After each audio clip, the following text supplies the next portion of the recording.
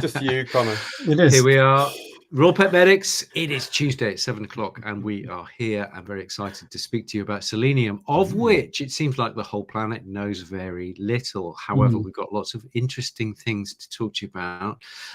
We are on Patreon, and we say thank you very much to everybody who supports us. You can find us if you go to Patreon and you just look up Raw Pet Medics. Any little contribution you can give us every month is very, very, very gratefully received. And we are on podcast.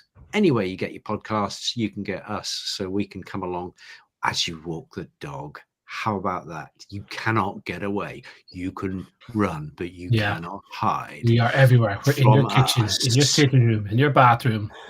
Yes. You will always be. Please. We are always there. You've just put everybody off. Watching. We will find you. Amazing, guys. Yeah. Anything exciting going on in your lives, fellas? Great weekend in Scotland. Been just partying.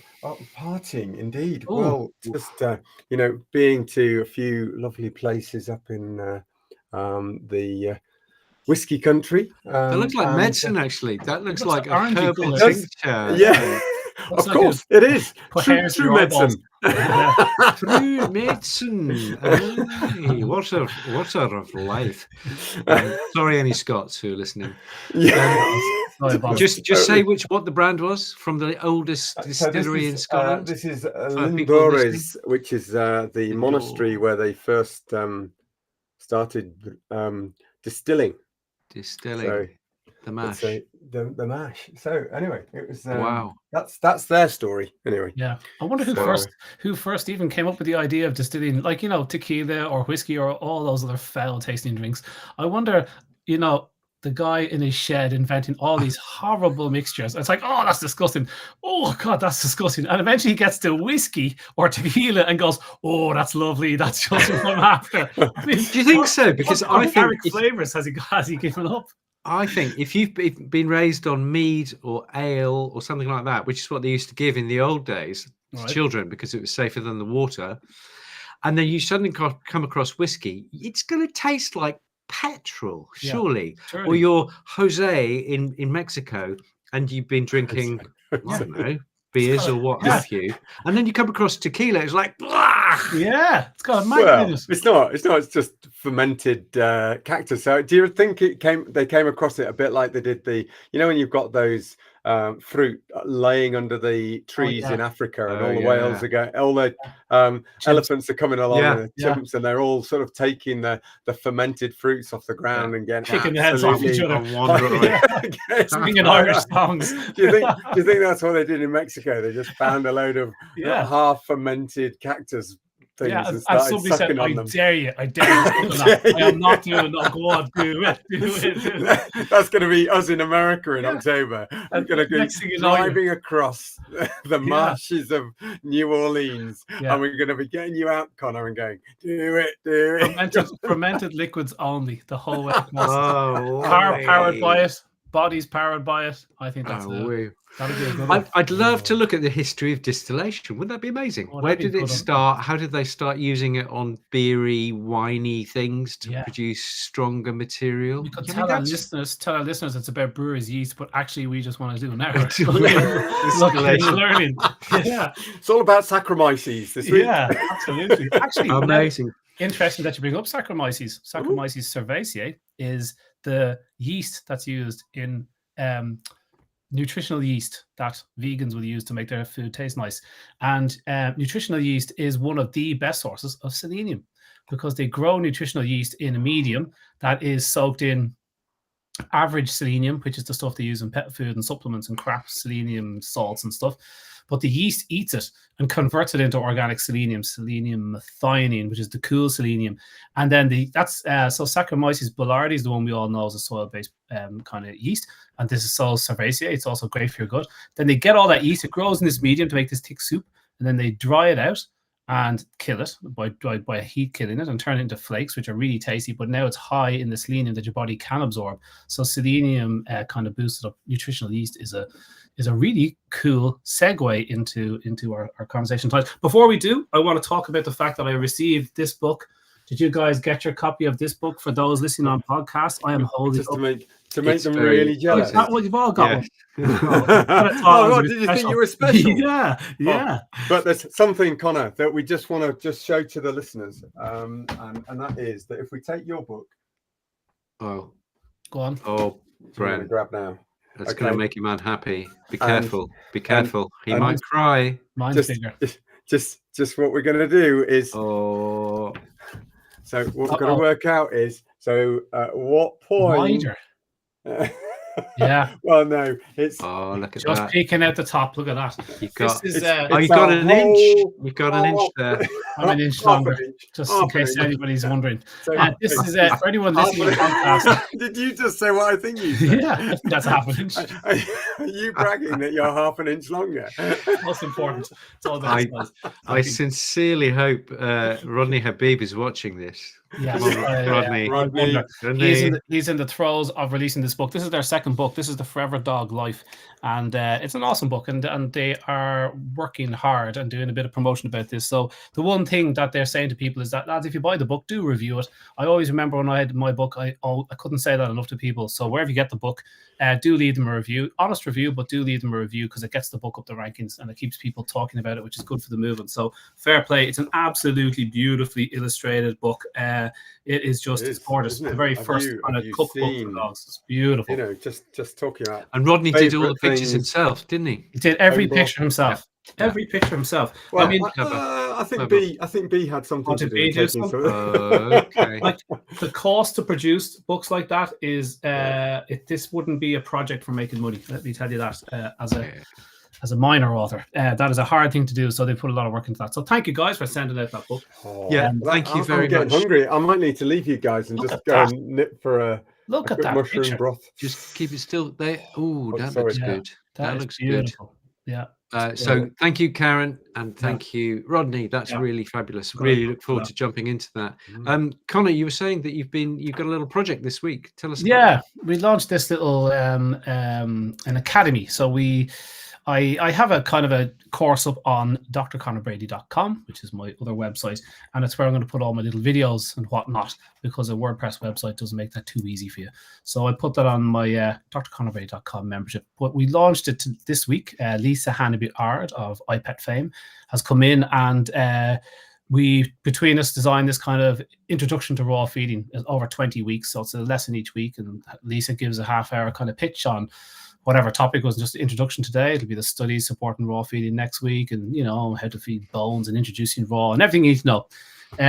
So that's what we did, and we just launched it today, and it was great. So it's in my membership, and I just want to tell people about that because we have a decent following here on Raw Pet Medics that we don't hit people enough with. And I'm kind of saying, look, this is the sort of stuff we're at, and it's cheap as chips. It's £9 a month, and so you get your 4 lectures, access to all my online courses for that. And we're on there every week doing bits and pieces of stuff and bringing in experts to chat about things. And you can read my blog, which has audio, all sorts of things, all included in a tenner a month, but now the Academy too. So if you have anybody that's new to Raw, please do check out drconorbrady.com where we started this off, and come and chat to us live, which I thought would be a useful little addition to the market. So yeah, thanks. And if they are new to Raw, that segues really, really very, very nicely into what I've been doing. So last Thursday, I sat down for about 6 hours with the adventurer and filmmaker James Lavelle, Levelle, all the L's, all the E's. James Lavelle, check him out. Imagine having that on your CV. Adventurer and filmmaker. I want that. What a dude. Yeah. Anyway, I've been seeing his little puppy Pepe. So James, I hope you're watching, and a little shout out to Pepe the puppy.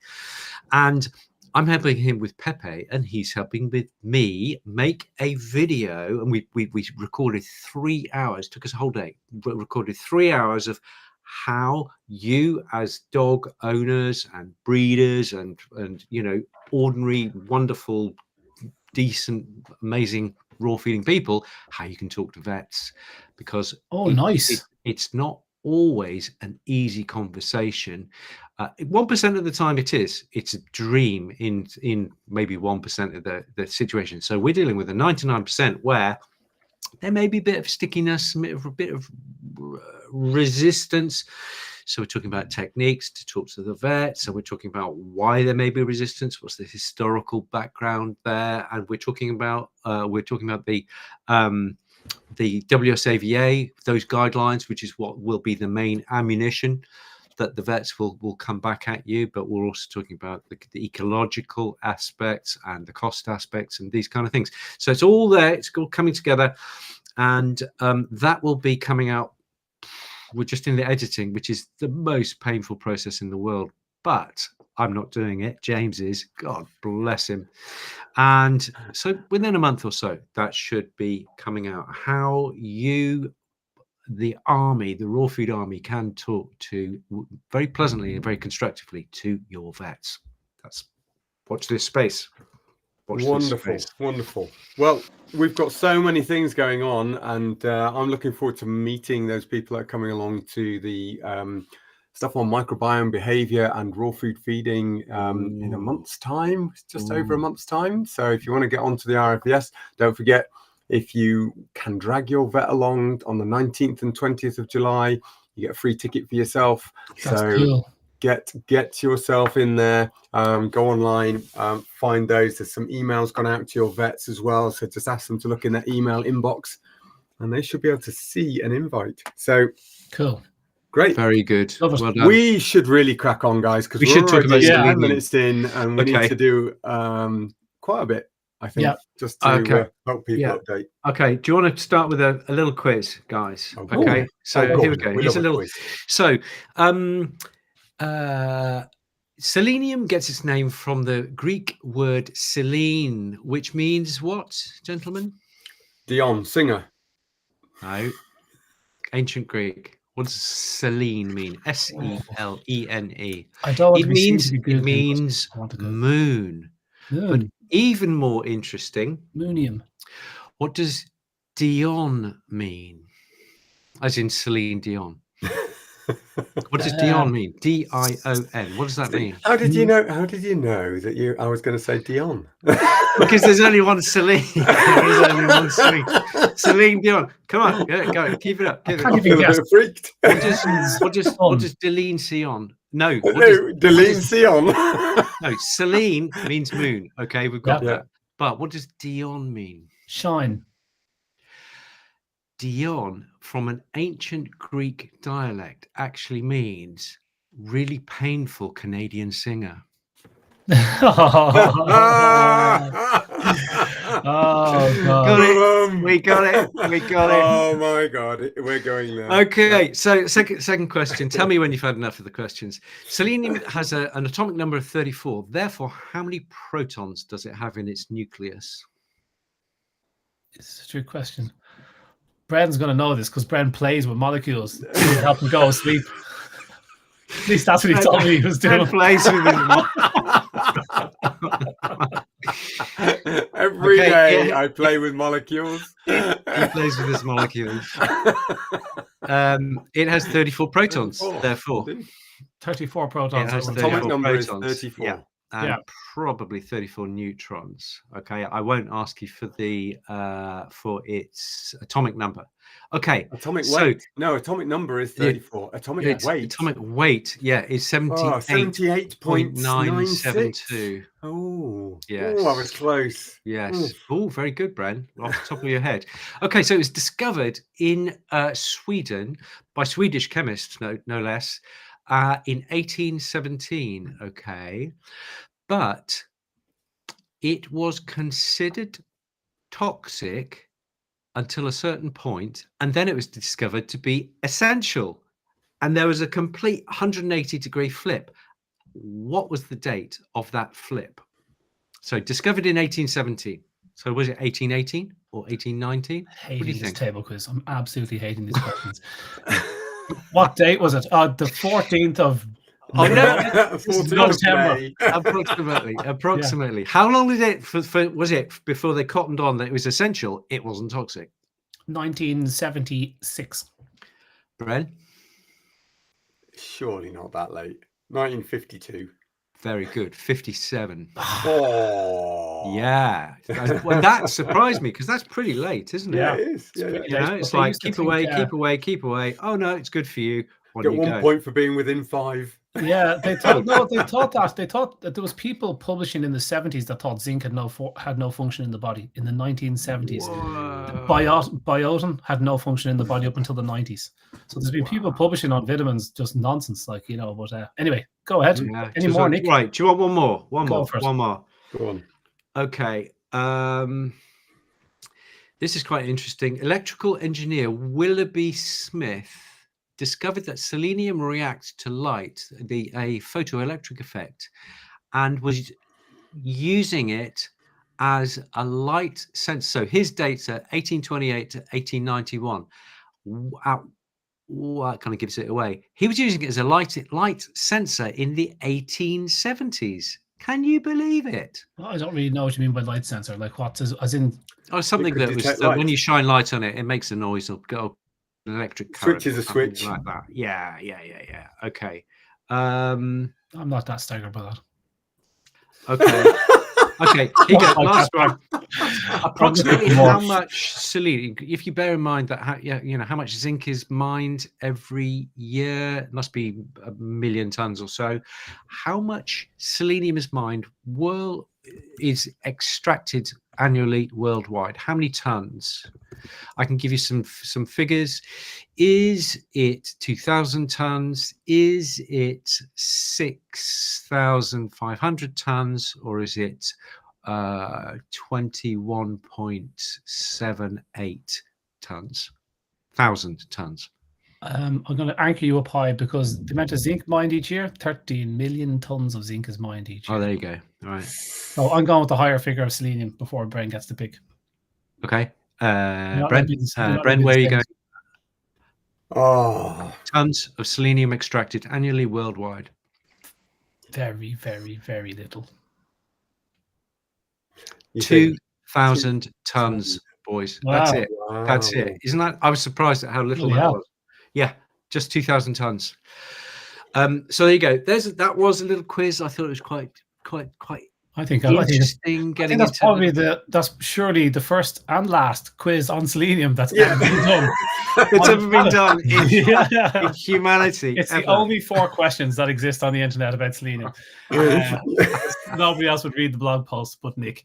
Oh, fantastic, interesting question. I love it. I enjoyed that. I thought that was very good. And I only gave you half the ones that I'd prepared. So that's go on then. Who's Bren, next? Bren, have you anything interesting to say about selenium that you'd like to share? I think something that was really interesting is it creates folds within protein, so it changes protein structure slightly and augments them for the body's use. So you get these selenoproteins, and some of the really interesting points is these will help with particularly the immune system and immune modulation. So we've got to think of the health reasons why selenium can be really useful, and that is particularly around the immune system, particularly around thyroid. So around thyroid in dogs, it's not just about iodinization. Yeah, not just about chucking in the levels of iodine and trying to hope that the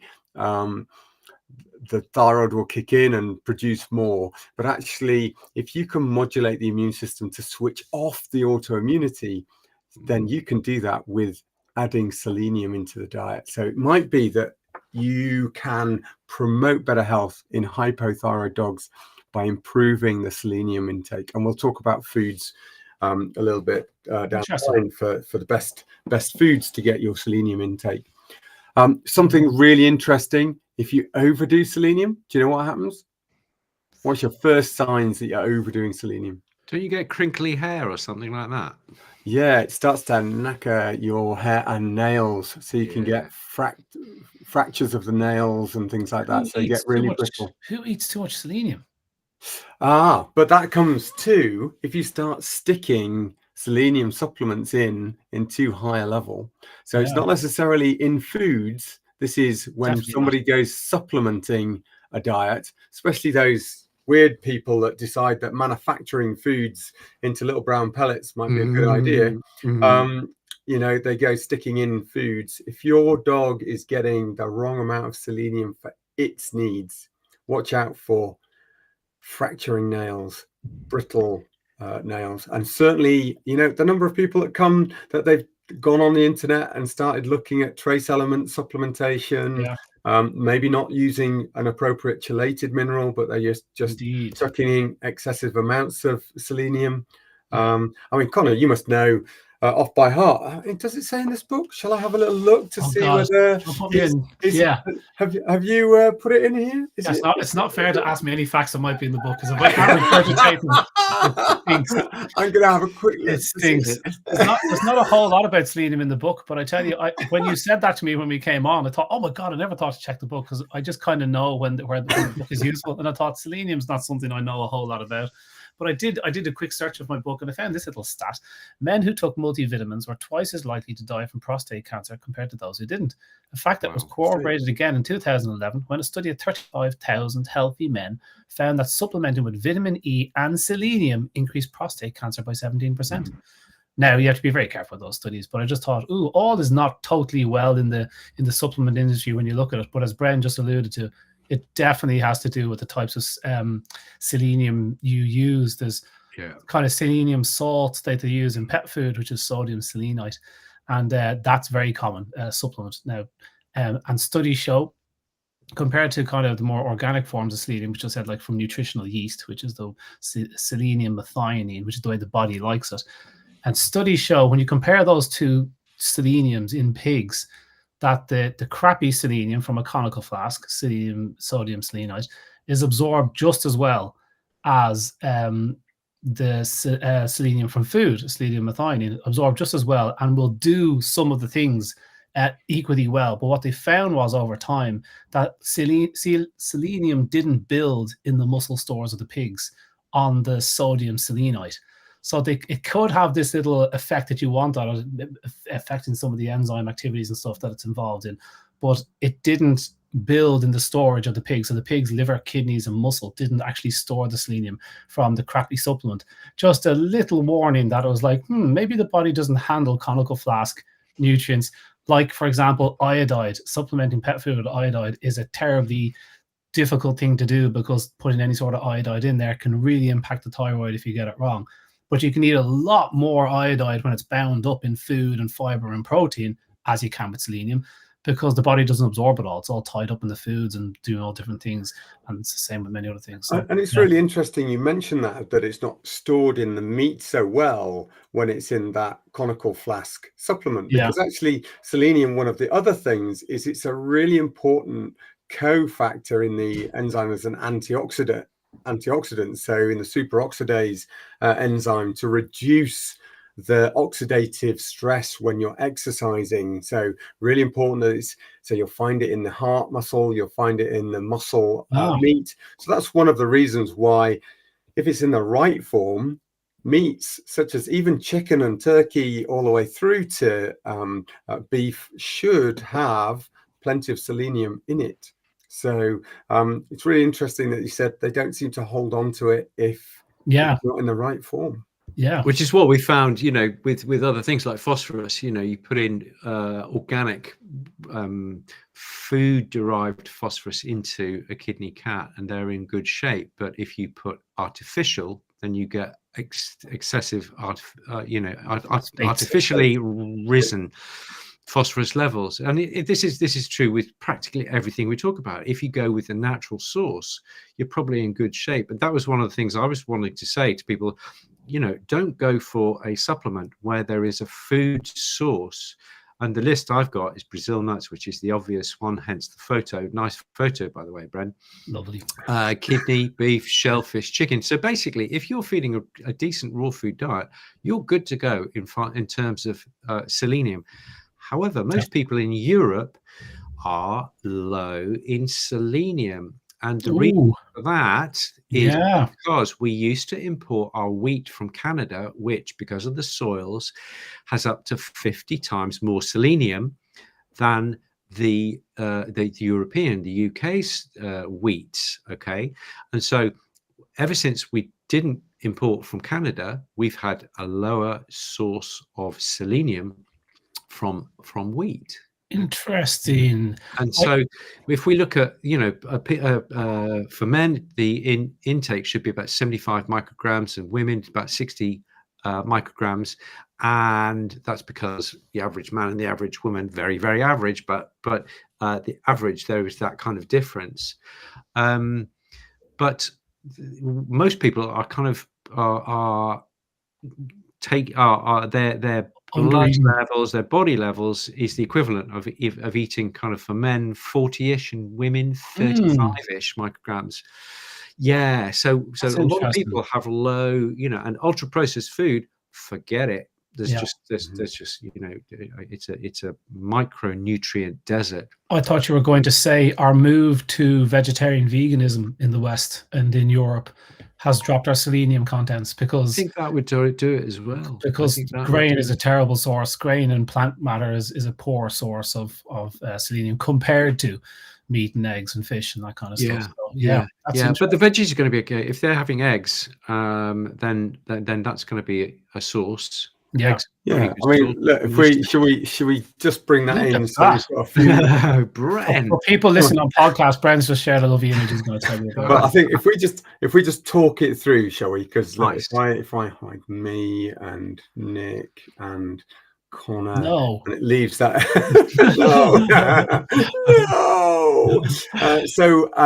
it's things that we've got to think about: dairy, nuts, particularly. So Brazil nuts, even cashew nuts, but Brazil nuts. All nuts. It's just the Brazils are the king of selenium. I think all nuts. Absolutely. Pretty safe to say there's. I think it's something like 1% of your Brazil nuts in selenium. It's like some ridiculous amount of selenium in there in the Brazil nut. It's ridiculous. You only need, as a human, you only need 1 Brazil a day, and you're good for selenium. No macadamia nuts for doggies, just in case. Indeed. And then pumpkin seeds, even though zinc is often thought about, there's pumpkin seeds has selenium. Chia seeds. So if you want to improve the fiber in your dogs, and that's the thing that's just above the prawns, but below the pumpkin seeds, there's chia seeds. So you can just soak those, chuck them in. Okay. Some companies actually use chia seeds as fiber that they add to their raw food. So just watch out. It might already be on the packet. There are oats. I know you love your oats. Don't you, Conor? I love a bit of Not sowing them, just love your oats. I am an oat man. I put some oats in my kids' banana pancakes this morning instead of flour, and that's just a wonderful start to the day. Banana pancakes with 50 million eggs and a couple of bananas, and they have just eaten a ferocious amount of eggs for breakfast. So beautiful. I put in a bit of oats to hold it together. What's in the top right there, Bren? Are they otter's nipples? Just before we go there, just talking about oats, guys. So oats, we know that oats will deplete dogs and humans of zinc, even though they do actually contain, trace minerals. So the question therefore would be, if you take, 100 grams of oats, and that's got a certain selenium content, is that a kind of a technical intake? Because are the oats going to chelate that selenium in your gut, and they're going to steal as much as they give? Yes. Just a question. I don't know the answer. Those figures are when the product is incinerated in a laboratory. And so the chances of it's always the case with, say, the protein on your dry pet food. So Krogdal did a great study of puppy pet foods, and he included all the brands and said their names. So Mars was in there, Purina, and they measured 4 puppy foods, and they all contain the minimum amount of protein your pup needs for 6 months, because that's obviously is. So they started 22%, but he said only 70% of that protein is bioavailable to them. Whoa. So it doesn't matter if it says 22%; they're all deficient in protein. So that was a really important study. But yeah, that's interesting. So you're not guaranteed to get that out, and then things clash, and there's phytic acid that binds things up, and totally. Just because it's in the food that you're eating, that it's going into your body, doesn't actually mean that micronutrient makes it to your tissues to actually do some good. You're absolutely right. I mean, there's lentils in there, and those can cause their own issues if they're not processed properly. So it's interesting that they are rich, but as you say, Yeah, there's seafood in there, oysters, even though again we think of zinc, has selenium in there. What do you mean? Oh, do you I not hate like oysters. oysters? Oh, I hate oysters. I hate the look of them. I hate. Oh, they're But just. anyway, you can go for any sort of shellfish, seafood, fish, muscle of fish, tuna, things like that. Can be really rich. So interesting that this is one of those that turkey and chicken make it almost onto the leaderboard as far as selenium levels are in there. Is that because they're supplemented with it in their food?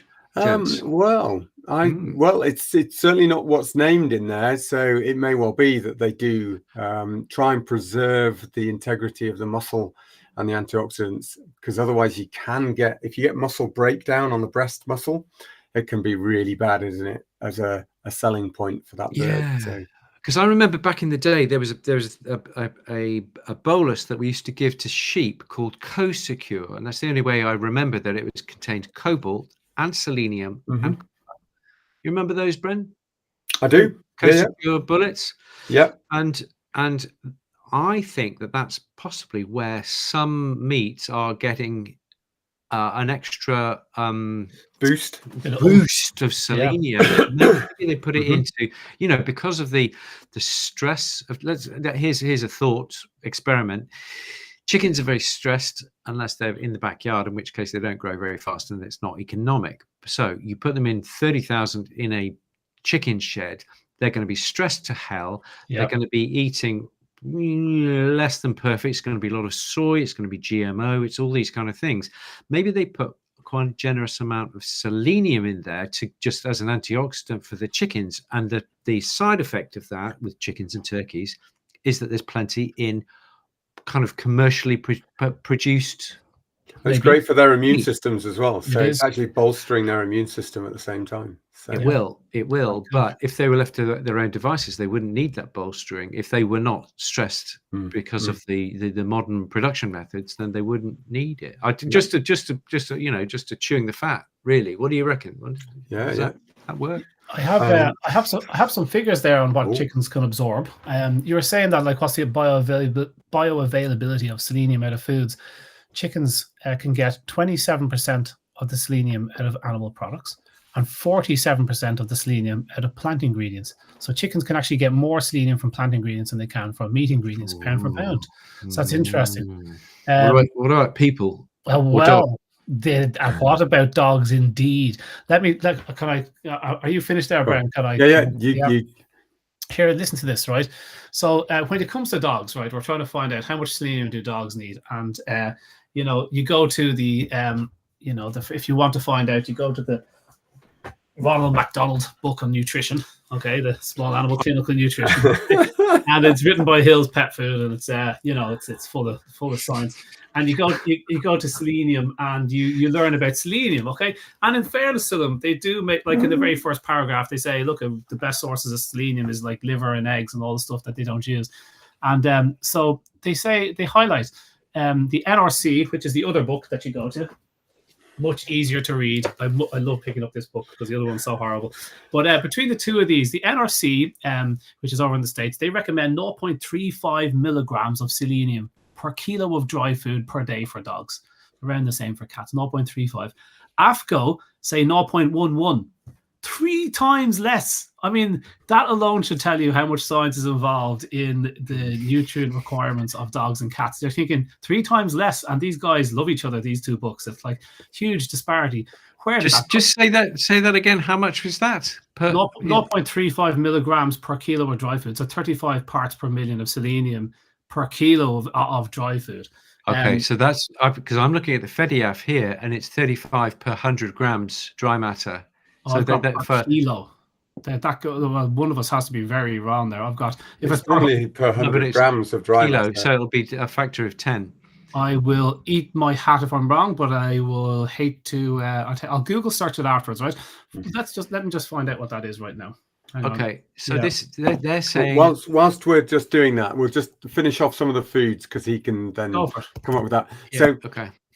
They're not beaver's nipples, as Conor said. They are actually a couple of mushroom powders that are in the top corner there, because mushroom also contains selenium. Eggs, had a really interesting conversation with an egg man at the weekend. Rears huge amounts of free-range eggs, giving me the ins and outs of how they're extending the longevity of birds through mineral supplementation. And then obviously we also have things like broccoli. Good old broccoli always should be there.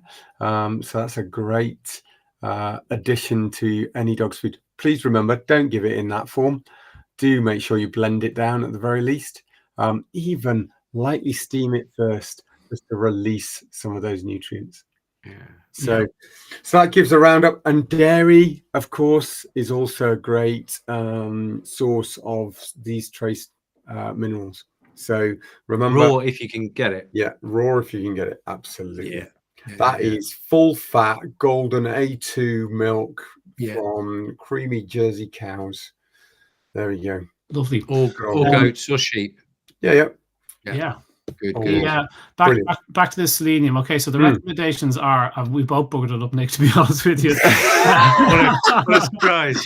On the plus side, I would be closer. The NRC and AFCO recommend 0.35 milligrams of selenium per kilo of dry food for dogs, 0.3 for cats. So per kilo is that 0.35 figure. Let's just stick with that one for the moment. Okay, 0.35 milligrams of selenium per kilo of dry food. As if anybody listening to this really falls for these figures, but let's just go with that. Okay, this is what the dry pet food world, this is exactly how much selenium you need. And to give them their dues, they say meat's the best sources of it. Liver, kidney, muscle meat, eggs, and grains are a lesser source of it. They can contain up to 0.3 milligrams, which is quite a lot, but it depends massively on the soils, and most plant ingredients don't contain that. Anyway, they go on to say this Wedekind in 1998. Both books keep referring to this study, Wedekind in 1998, and they talk about it's a chicken bioassay. So in other words, they use chickens to see how well they know exactly how much selenium is being fed to them, and they measure how much comes out, and then they know how much the chicken absorbed. And they keep talking about chickens. And it turns out that your cat and dog's recommendations are based on this study of chickens. So it's how much the chicken could absorb from certain ingredients. And you might say the chicken's a slightly different looking animal to a cow or to a dog or a cat. So we know that the selenium recommendation, the zinc recommendations and copper recommendations are based on pigs for dogs. But for the selenium, it's based on chickens. And you're thinking, wow, that's a very different animal altogether. So they used this chicken bioavailability study, but listen to this, okay? They needed a frame of reference to start with, like how much selenium does a dog or a puppy need? Okay, it's not, we need to know how much they actually need before. So your dog's recommendations and your puppy's recommendations are based on this. They needed a frame of reference of potential selenium need in pups. For that, all they have is a single study from 1975. A study that was an examination of what would happen when they removed all the selenium and vitamin E from a group of puppies 5 to 8 weeks old. So it was a nutritional deficiency study, okay? And, they removed all the vitamin E and selenium, and unsurprisingly, these pups got very sick. I shouldn't laugh, but that was the end of it. So they divided the pups into 4 groups, very little, or no selenium, very little, a little bit more, and a lot.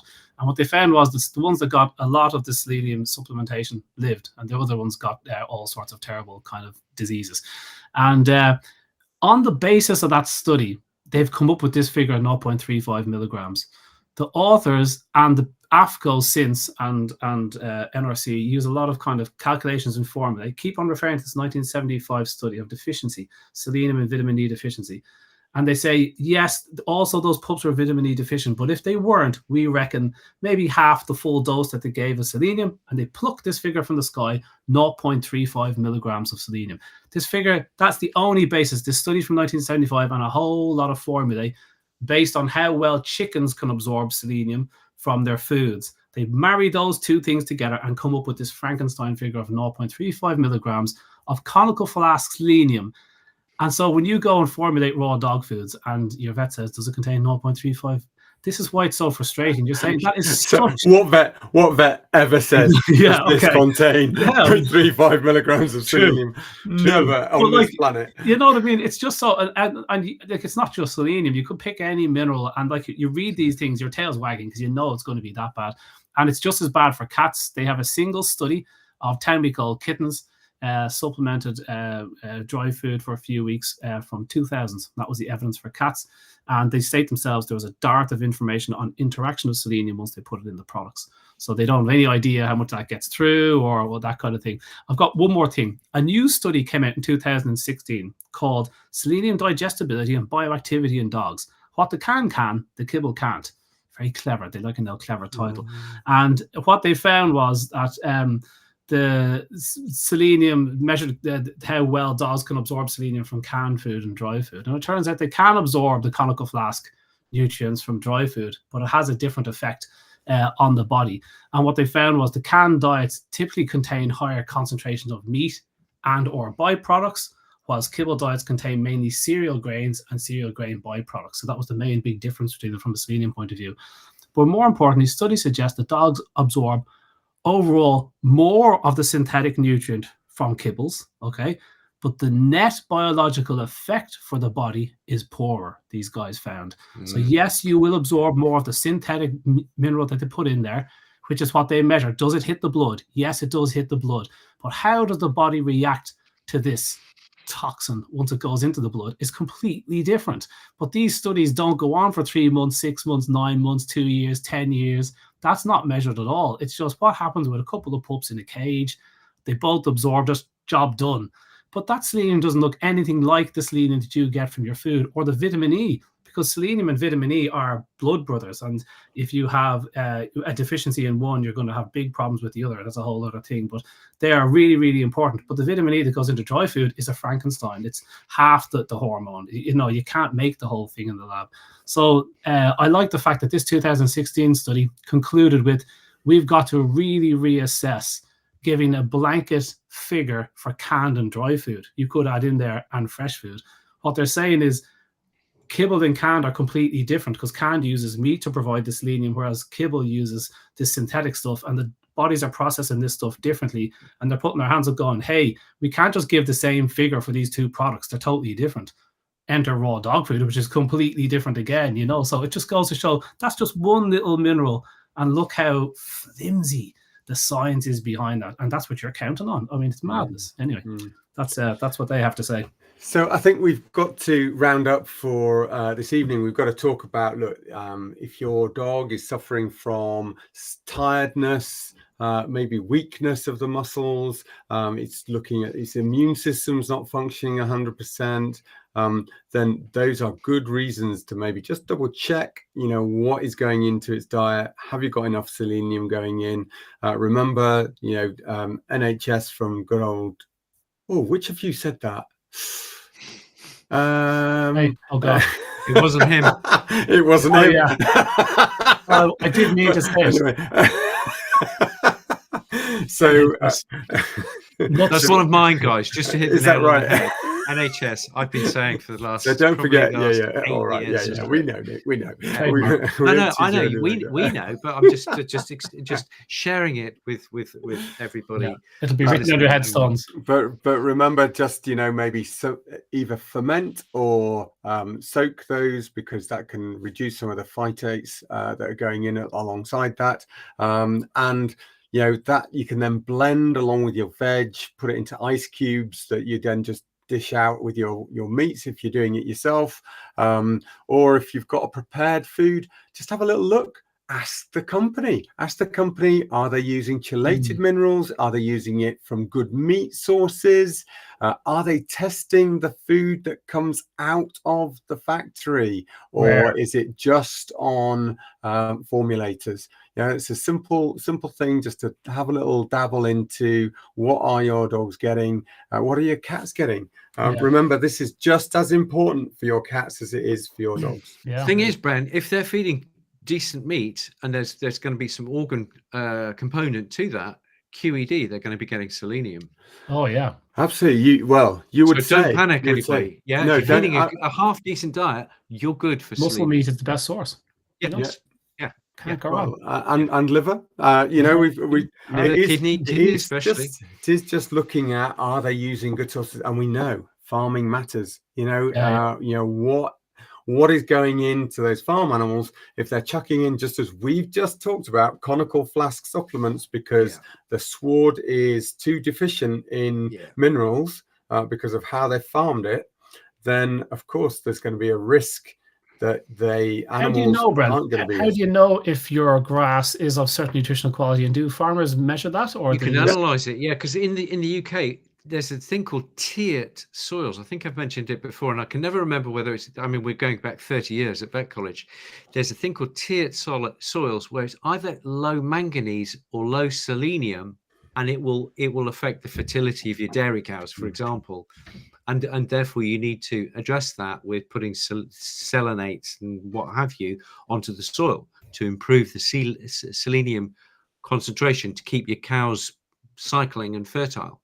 Can you remember tiered soils, low selenium? Is that tiered? Yeah. So, well, there's all sorts of things that you can do, because you can even test your sward. You can send in samples mashed up, and they'll look at what's actually absorbed up into the plants. Because again, it's not just about what's in the soil. It's about what have you done to the bacteria and the yeasts and everything else that's feeding those plants. Are they actually binding those minerals up into a form that the plants can take up? Okay, so it's not just the soil, it's then the plant material, it's then getting that into the animals. Just because it's in the soil doesn't mean it gets into the plant. And if it does get into the plant, does it therefore get into the tissue? And if it does get into the tissue, is it in a form that the body can actually utilize? Yeah. Oh, it's great, isn't it? Interesting. It's really great. Yeah. It's this kind of like, it's a kind of a hangover from like the George Jetson cartoon of, you know, science and chemistry has the answer, and we've gone gun-ho with that approach, thinking we'd just be taking a protein pill and a few vitamins and minerals here and we'll all be fine. And that is just not working out. It turns out it's incredibly complex, and we haven't a clue. You know, we just cannot do this perfectly. It's great to get us out of a bind, but I mean, to rely on them as a lifestyle way of a lifetime way of feeding is nonsense. And how we're falling into that trap with insect protein. But then beyond that, the fermented proteins, you know, you can produce a fermenter, can produce 32 cows an hour of protein. But what they don't say, that's protein. Unfortunately, what about all of the vessels and fats and, you know, coenzymes and everything else that comes with that? You know, what about all of those chelated minerals, the vitamins? I asked the question of them, what happens when they try and put in bacteria that would produce some of those postbiotics, which could be really beneficial?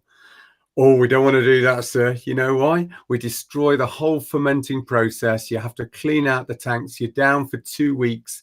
If you're thinking that's 32 cows an hour and you're down for 2 weeks, how many cows have you lost? It's just like, oh my God. So actually what you're saying is, this is, as you say, George Jetson protein with absolutely nothing added. No, it's the hubris of thinking we know what we are getting from our food, which you know, that's just sorry guys, we are only just beginning to scrape the surface of that. You're peeking at it with a telescope and you're going, I see planets and some stars. Maybe there is a moon of Jupiter. You know, maybe it's not.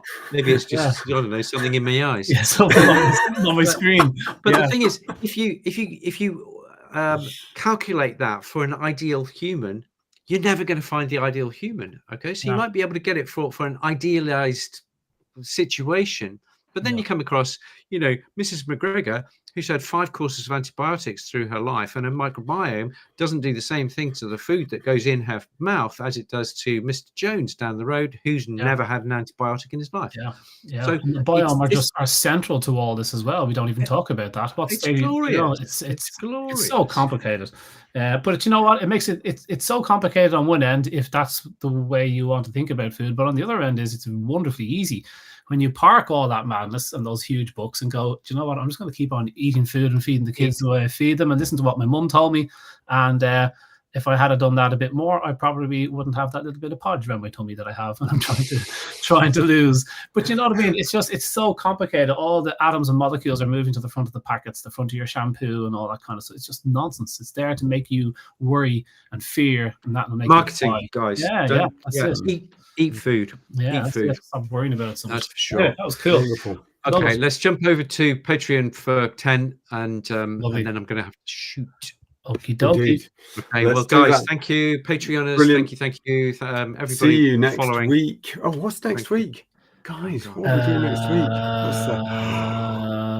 We're going to have to plan this out, because we're going to have some interesting times when we go down to the farming conference with Groundswell.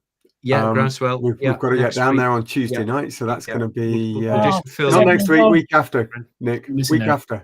It is next week. Next week after. So are you both going to be down there camping in little tents? Yeah. I hate that. Brady, you coming? Midgets, not midgets, midges. Sorry, nothing wrong with it. I've no problem with midgets. I just, oh god, that's going to be snipped out. Midgets, no, am I going? No, I'm not. It's not. Look, camping. I don't think I'd travel too far to do any camping. I would do it under duress if my kids were coming, but it's the 26th, 27th, Bren. So we can do some filming there with some interesting regenerative types, because they're always very interesting. We'll do that. I've just emailed Peter Dobius, depending on how you say it, and so hopefully we'll grab him to come and talk to us. Yeah, cool. Soon I'll guess as well. I'll take it offline. I'll let you know who they are just before I commit to it. So lots down the pipeline, guys. Thanks to everybody who supports. We really, really appreciate it, and we'll see you next week. We're doing something. We're doing something. Yeah, we're always doing something. Look forward to that. And now for something completely different. Brilliant. We'll see you over on patreon.com/RawPetMedics. Catch you soon. Take care.